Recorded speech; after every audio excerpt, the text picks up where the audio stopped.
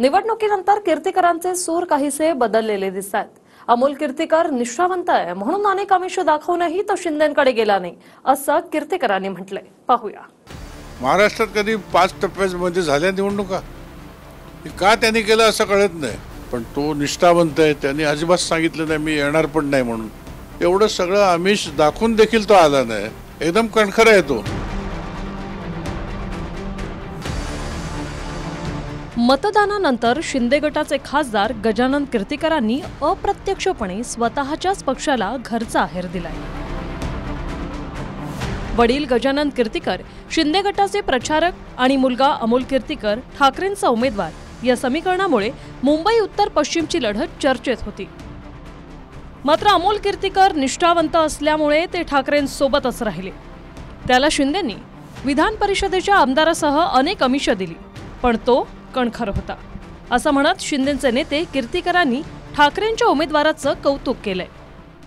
या अगोदर जर पाहायला गेलं तर नेत्यांनी आरोप केला होता की निवडून आल्यानंतर अमोलदादा निवडून आल्यानंतर ते पुन्हा शिवसेनेत जातील। अमोलला शिवसेनेत एकनाथ शिंदेंनी ऑफर दिली होती या म्हणून, मी सांगितलं होतं चल म्हणून, पण तो निष्ठावंत आहे। त्यांनी अजिबात सांगितलं नाही मी येणार पण नाही म्हणून। 100% येणार नाही। त्याला ऑफर दिली, त्याला सांगितलं MLC करतो, हे करतो, ते करतो। एवढं सगळं आमिष दाखवून देखील तो आला नाही। तो अमोल काय जाणार सोडून? एकदम कणखर आहे तो। आला असता तर माझ्यावर आला असता ना। एकनाथ शिंदेने ऑफर दिली होती या म्हणून सांगितलं होतं। विशेष म्हणजे महाराष्ट्रात यंदा पहिल्यांदाच 5 टप्प्यात निवडणूक झाली। सुरुवातीला विरोधकांनी यावर आक्षेप घेतले। नेमका तोच मुद्दा आज गजानन कीर्तिकरांनी उपस्थित करून संथ गतीने झालेल्या मतदानावर टीका केली। निवडणूक आयोगाने आणि जे शेड्यूल ठरवलं ते शेड्यूल पूर्णपणे डिफेक्टिव्ह होतं।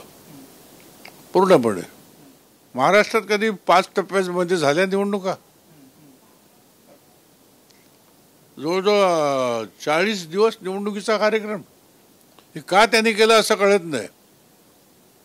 का 5 टप्पे का म्हणून महाराष्ट्रात 2 किंवा 3 टप्प्यामध्ये होतं ते कारण झालं।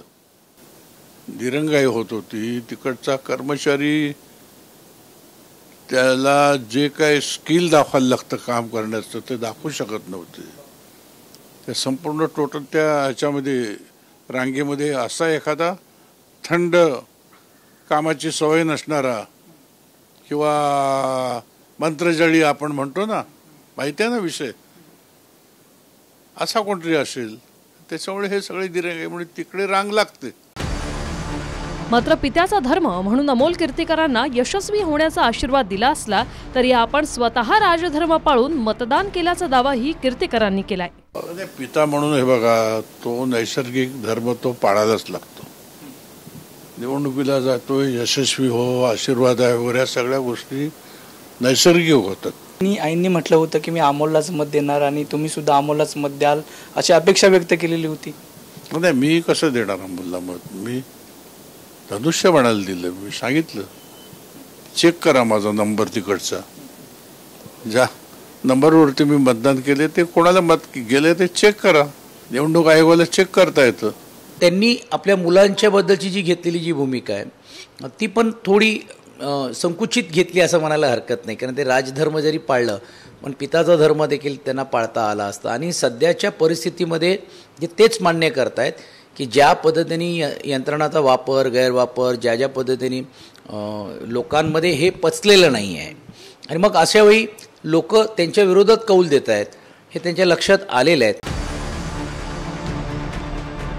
नंदकिशोर गावडे, TV9 मराठी, मुंबई।